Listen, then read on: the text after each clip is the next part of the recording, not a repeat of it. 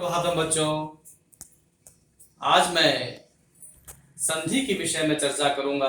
आप लोग ध्यान पूर्वक सुनिएगा। आज का जो विषय है, क्या नाम है उसका? संधि।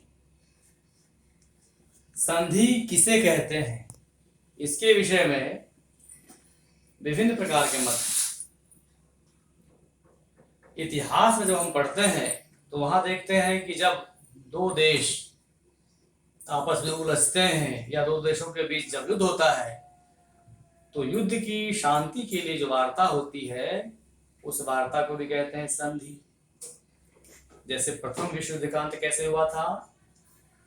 वर्साय की संधि के माध्यम से। शरीर में जो ज्वाइंट है, जो पॉइंट, उसे भी कहते हैं संध्यंग। संधि वाले अंग माने जुड़े हुए अंग। परंतु व्याकरण में संधि किसे कहते हैं? तो प्राय लोग यह कहते हैं कि संधि का अर्थ है मेल। क्या अर्थ है? मेल। कि दो वर्णों के मेल को संधि कहते हैं। किसको संधि कहते हैं? दो वर्णों के मेल। परंतु कई जगह पर देखते हैं कि दो वर्णों का मेल नहीं होता। अब यहां देखिए उदाहरण के माध्यम से, हिम जोड़ आल है। इसमें जब विसर्ग लगा देंगे तो विसर्ग लगाने मात्र से ही हो जाएगा ये संस्कृत। क्या हो गया? संस्कृत। विसर्ग हटा दिया तो क्या बन गया? हिंदी। तो म में अ है और ये आ, तो ये दोनों मिलकर के हो गया आ, तो बना हिमालय। क्या बन गया? हिमालय। हिमालय। विसर्ग लगा देंगे तो बन जाएगा संस्कृत, हिमालय। अब यहाँ देखिए कि म वाला अ और ये आ, ये दोनों मिलकर के बन गया आ। अब यहाँ दूसरा शब्द है जगत। त है, आगे कोई वर्ण नहीं है। व्यंजन संधि के नियमानुसार जो वर्ग का पहला है उसमें झलाम जशोंते इस सूत्र से वर्ग का तृतीय हो गया। तो यहाँ दो वर्णों का मेल हुआ? नहीं हुआ। यहाँ तो आगे कुछ है भी नहीं, तो द में बदल गया। यहां हम देख रहे हैं कि सामने वाला है, तो सामने वाले के शर्त पर इस विसर्ग को उ हो गया और बाद में फिर उसको ओ हो गया। तो इन उदाहरणों के माध्यम से क्या हमें पता चला कि संधि सामान्य रूप में कहते हैं दो वर्णों के मेल को, परंतु केवल वही एक परिभाषा नहीं है। तो अब हमें आगे याद रखना होगा कि दो वर्णों के मेल को या किसी वर्ण के स्थान पर होने वाले परिवर्तन को, वर्ण विकार को संधि कहते हैं। क्या कहते हैं? संधि। संधि।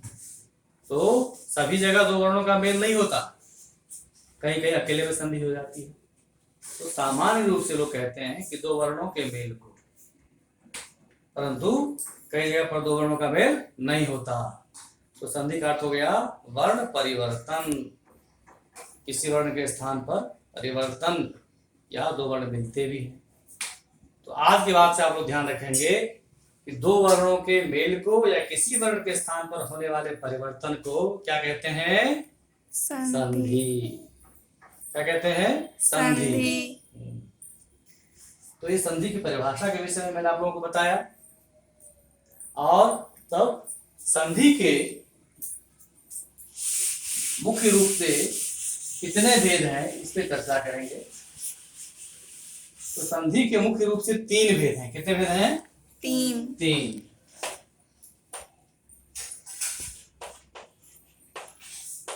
स्वर संधि,